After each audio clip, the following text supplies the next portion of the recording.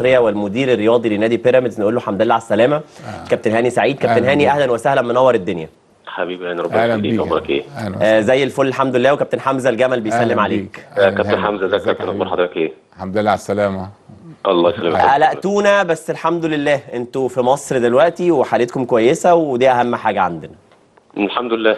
عشنا وقت شويه كان صعب، بس طبعا خير، كله خير الحمد لله. ايه اللي حصل؟ يعني احكي لنا الاول يا كابتن هاني، ايه اللي حصل في الطياره لحد ما رجعتوا بعد ساعتين في الجو؟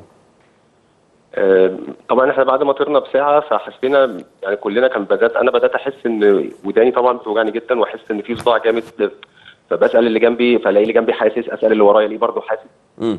فالموضوع فكلنا فعرفنا ان الضغط عامه كان الضغط عالي، فبدا الطيار ينزل شويه بالطياره من العلو اللي كان فيه، فبدا ينزل لتحت شويه عشان يحاول يقلل الضغط شويه.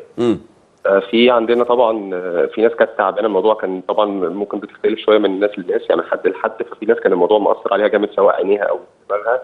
ففي واحد كمان من السوشيال ميديا عندنا يعني لقيناه على الارض. لقيناه على الارض. فطبعا والدكتور، وحاولنا طبعا بقى نشوف، كان بيحاول يفوقه في الاول لان في الاول كان يعني ما كانش معانا خالص. طبعا الدكتور الحمد لله طبعا بفضل ربنا وثم مجهود الدكتور، فالحمد لله قدر هو يفوق. تمام. بس فضل بقى حالته كانت صعبه جدا.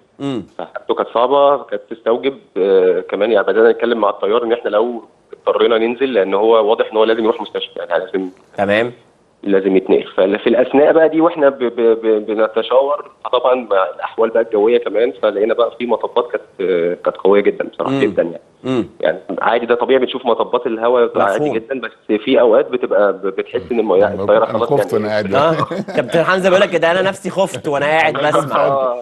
قصه يعني من كل الاتجاهات. يعني انا كنت واقف بشوف اللي واقع على الارض ده، فانا واقف بشوفه طبعا توتر جامد. انا نفسي وقعت على الكرسي، يعني انا وقعت على الكرسي اللي جنبي، والمضيفه وقعت على الارض، ولقيت الناس بتوقف. لا ده رعب بقى مش قلق. فكان الموضوع صعب جدا. طب والحمد لله الكل كويس لما رجعتوا على انجولا؟ الحمد لله الكل كويس. هو بس طبعا الاسعاف جت خدت ابراهيم اللي هو اللي كان اغنيه، فالاسعاف جت خدته على طول، واحنا طبعا عشان رجعنا وبيتنا.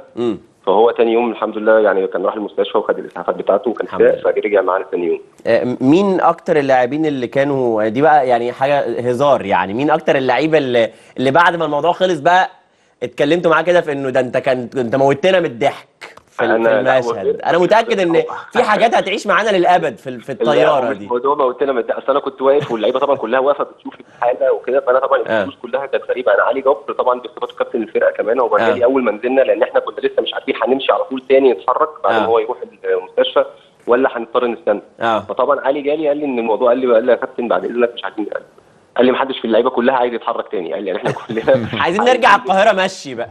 قال لي لا، قال لي خلينا نبات ونمشي الصبح. قلت له بص يا علي هقول لك حاجه، اللي هيحصل دلوقتي هو اللي لو ربنا قدر حاجه، اللي هيحصل دلوقتي هيحصل بكره. قلت له بص انا في الاخر هنشوف والله على حسب الطيار، هو اللي هيقرر ويقول احنا ينفع نرجع ولا ما ينفعش. قلت له لو هو قال لي يلا لو قال لا يبقى لا. قلت له يعني زي ما ربنا يجيبها خليها تمشي زي ما هي. صح. الحمد لله على السلامه. الحمد لله هو نفسه قال لا مش هينفع نطير النهارده، هنطير بكره. فرجعنا بقى ومشينا تاني.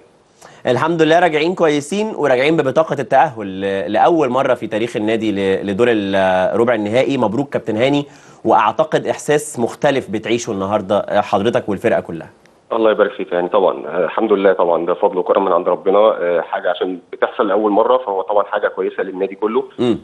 بس طبعا يعني ان شاء الله احنا لينا هدف ان احنا عايزين يا رب نكمل ونوصل لابعد ان شاء الله. ده ما يقللش طبعا الحمد لله من اللي احنا عملناه، بس ان شاء الله عايزين نوصل باذن الله لابعد. التأهل كمتصدر وده يتحدد الجوله اللي جايه، هدف من اهدافكم ولا خلاص التأهل ونشوف مين منافسنا الجوله اللي جايه؟ انا طبعا اشك شويه في موضوع التصدر. انا اشك فيه بصراحه، يعني اعتقد ان احنا مش هنتصدر المجموعه دي الا لو الترجي يتعادل، وانا اشك طبعا الموضوع ده هيبقى صعب جدا مع فرقه انجولا في ملعب الترجي. يعني ممكن اقول لك ماشي يحصل لو في ملعب لو بره، لكن في ملعب الترجي انا اعتقد انه هيبقى صعب. تمام.